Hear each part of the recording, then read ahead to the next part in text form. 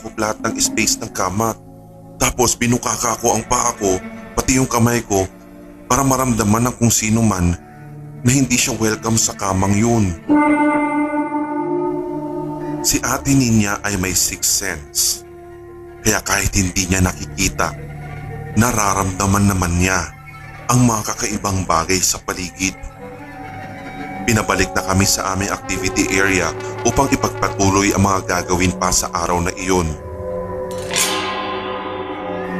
Kinagabihan, nagkaroon kami ng activity na reflection.